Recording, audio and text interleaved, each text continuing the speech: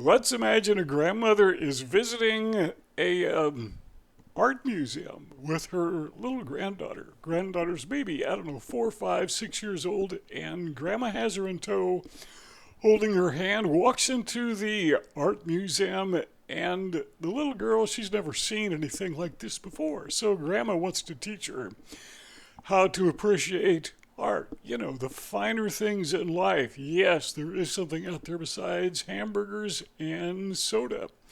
So she takes her little granddaughter in the museum, and they're looking at these beautiful paintings, these amazing masterpieces.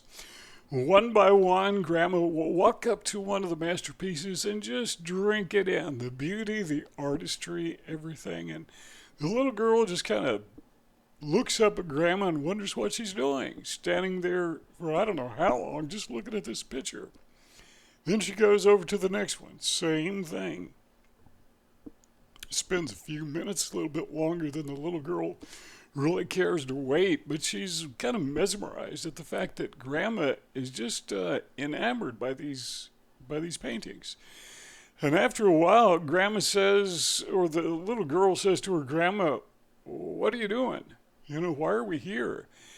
Why are you looking at these pictures? And Grandma says, well, they speak to me.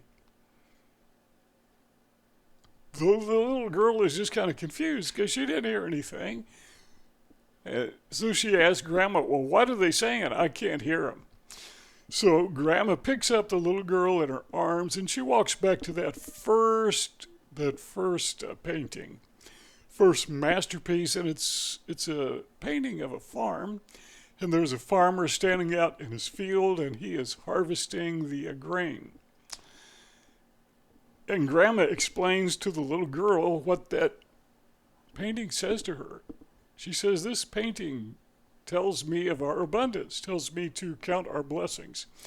This painting speaks to me about the great nation in which we live, and it tells me about hard work and what hard work produces, the labor produces, and it tells me something about harvesting after you plant and sow and take care of your crops. It speaks a lot to me. And so the little girl still doesn't hear anything, but she understands what Grandma's saying. So Grandma goes on to the next painting, and this masterpiece is mountains and streams and forestry, and it's just amazing. And the little girl says, what do you hear, Grandma? And Grandma says, well, I hear a lot about nature. I hear about the wonderful world in which we live, the things that we take for granted, the things that we should appreciate in life, and how life is so wonderful, and once life is gone, all this will be gone with it. Then she takes the little girl over to the next portrait, and it is a portrait of a mother and baby. It's like a Madonna. And what does this say, Grandma? And Grandma explains, well, this painting is talking to me, and it's saying it's saying something about me when I was a mother, and your mother, she says to the little girl, which is Grandma's daughter, obviously, and how we grew up, or how she grew up, and how we had those special times together, and it just brings back all these memories, and is speaking to me a lot about your mom, and then about you. And this is reminding me, the picture of the mothers reminds me of your mother, she says to her granddaughter. And the little girl in the portrait reminds me of you and speaks to me of you. And so the little girl kind of gets the idea that now they're not audibly speaking to Grandma, but they're telling her something in their silence. Years go by, the little girl grows up. She's now, I don't know, maybe in her 20s and 30s, and Grandma, well, like all of us, Grandma passes away. So time takes its toll, and they're going through Grandma's things after she's died, and the little girl, who is now an adult, takes a look into one of her drawers, which is labeled art, and she's never seen this before. She's wondering What art is so special to Grandma because these things spoke to her that she would keep these for so many years in a very special place? And so she opens the drawer and she is kind of surprised at the artwork that she sees because immediately she recognizes those stick figures drawn with crayon when she was a little girl. And Grandma kept those because they speak to Grandma. And as she looked picture after picture, she saw not only the drawings that she had made when she was little, but she saw drawings that her mom, Grandma's daughter, had made when she was little. And she wonders, what did they say to Grandma? And then she begins to listen herself to those pictures and how they spoke of her when she was little. And they told her of her grandma and her grandma's love for her. So what we're talking about is the importance of silence. Like the little girl when she first went into the museum, most people just don't hear what we hear. And certainly the people who are psychopathic and people who are narcissistic, they don't have ears to hear. I mean, we see with our eyes and we hear with our ears, but sometimes we hear with our eyes because what we are seeing is speaking to us. And that is something that narcissists seem to be missing, except when they do hear something, they hear the wrong thing. So when the narcissist first saw you, first laid eyes on you, they studied you like somebody looking at a masterpiece, a drawing, a painting. But what they heard was something distorted. What they were looking for is for you to say something to them. Just by the way that you handled yourself, by the way you composed yourself, by your facial expressions, those things that maybe you miss, but the narcissist can hear. And what you were saying to the narcissist was not something you wanted to say because they have a distorted sense of hearing, but they heard you say that you're vulnerable. So silence allows us to notice what others miss. And what you see in people is something very different. You see people who you have an opportunity to love these people and to serve these people and to work together with them and befriend them, maybe help them. If they're bad people, you hear that maybe you need to stay away from these people. So you are hearing two different things. You're looking at the same portrait or the same masterpiece or the same painting, but you're hearing two different things. Number two is silence not only allows us to notice what others miss, but when we're quiet, it just allows us to listen. So think of yourself as kind of an artist. And when you are drawing, when you are painting, when you are creating your masterpiece, which is your life, by the way, what are you saying to others? What are you trying to communicate? And a lot of times, like the narcissist, they're going to hear something that you didn't even say. Well, literally sometimes. They will say that you said things that you never said. But that shouldn't stop us from speaking what we know to be best for others. So as you paint your life, think of your life as a portrait or your life as a masterpiece. And you are presenting this in the museum for all others to see. And when you're dead and gone and someone is examining your life, if they're honest, what do they see? Do they see somebody who was defeated by narcissism, or do they see somebody who understood what they were up against and they were able to deal with the hardships? Number three is silence allows us to focus. Have you ever done this? Been driving in your car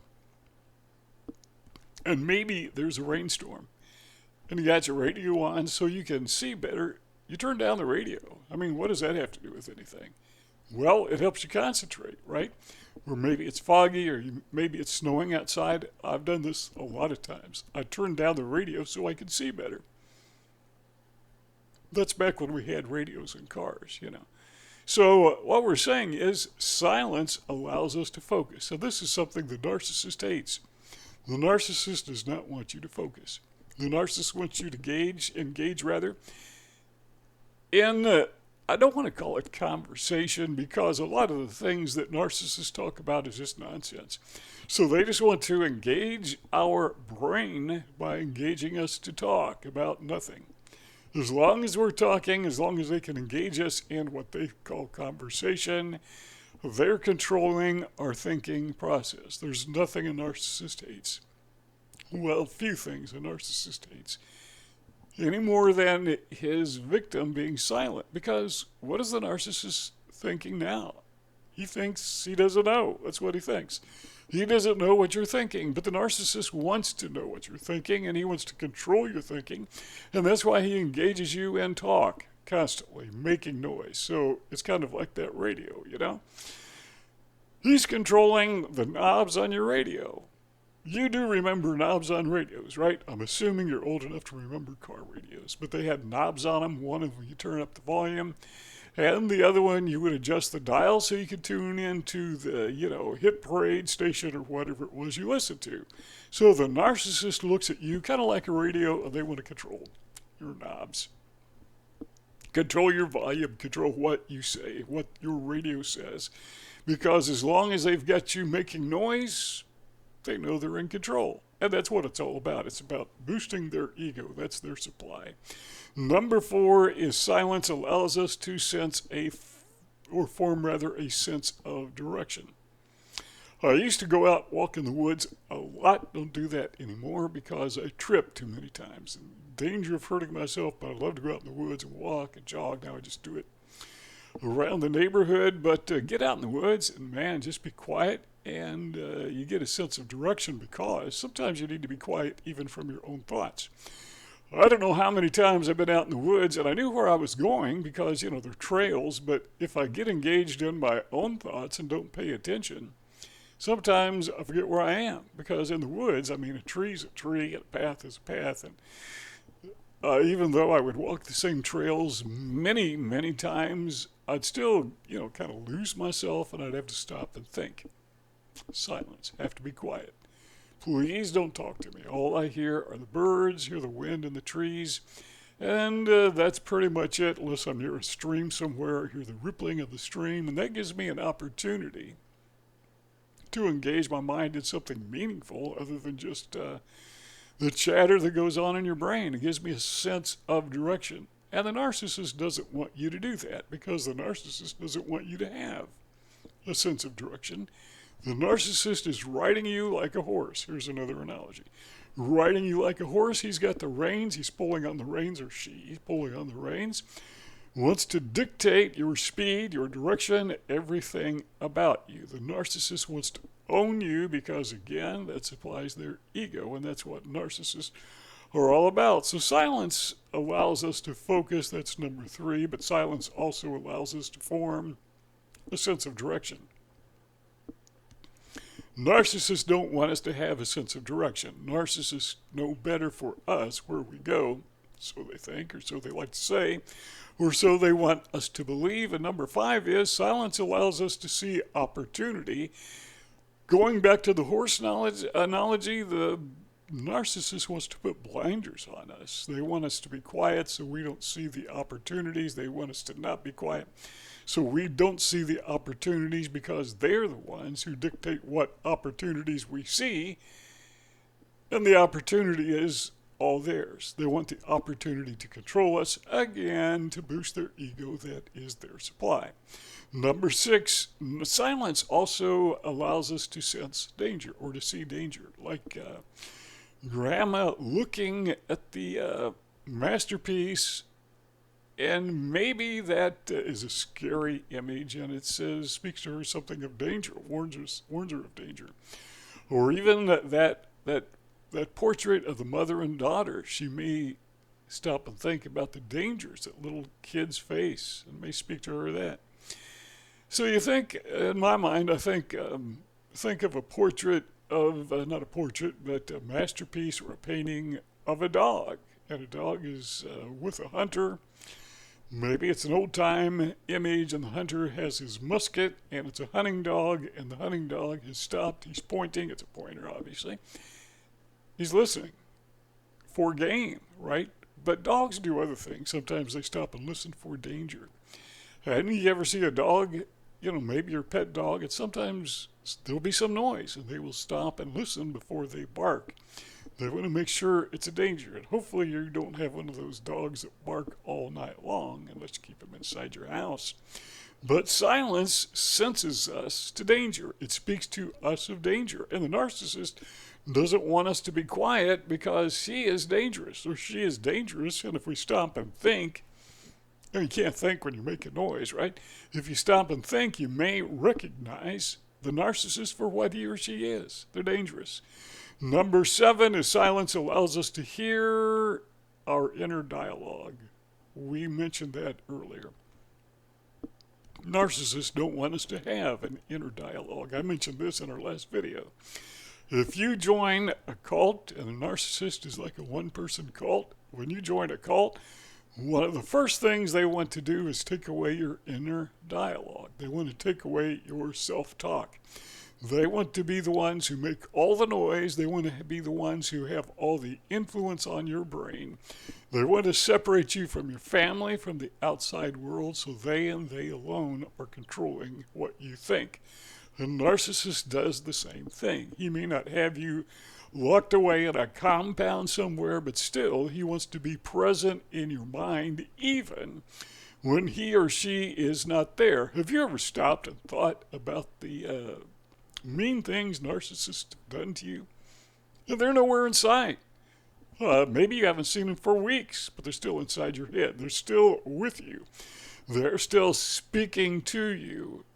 So you're being quiet. Well, you thought you were being quiet, but your thoughts are not being quiet.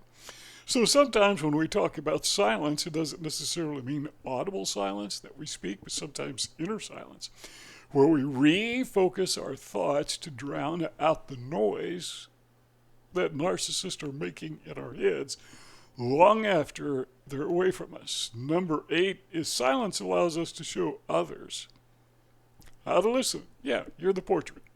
You're the artist and you are the portrait of your life. So imagine Grandma. This might be a little uncomfortable, but imagine Grandma standing there with her little granddaughter in her arms, and Grandma is staring at you and talking about you to her granddaughter, and she is describing you as a portrait. What is she saying about you? How is she describing you? I'm not talking about the way you look and the clothes you wear. I'm talking about your character, not the things that other people say about you, not your reputation. But what is she saying about the character? Because someone who is a connoisseur of good art, they can see what the artist was trying to communicate. You know, other people may say, oh, it's mountains, or oh, it's a mother and child. Oh, look, a farmer standing out in his field. But someone who appreciates good art will see beyond the superfluous, see beyond the surface. That's a good trait to acquire because it helps you see the narcissist for what they really are, and it helps others to see you for what you really are. So your listening, your quietness, is you're teaching others how to be quiet. As they observe you, they learn to be observers themselves. And as you observe them and be quiet, again, you're teaching them how to listen. Lower right-hand corner, there's a circle. If you click on that, you can join our YouTube family by subscribing. Upper left-hand corner, there should be a rectangle. Keep on listening. That's our library of past videos, and we'll see you all next time.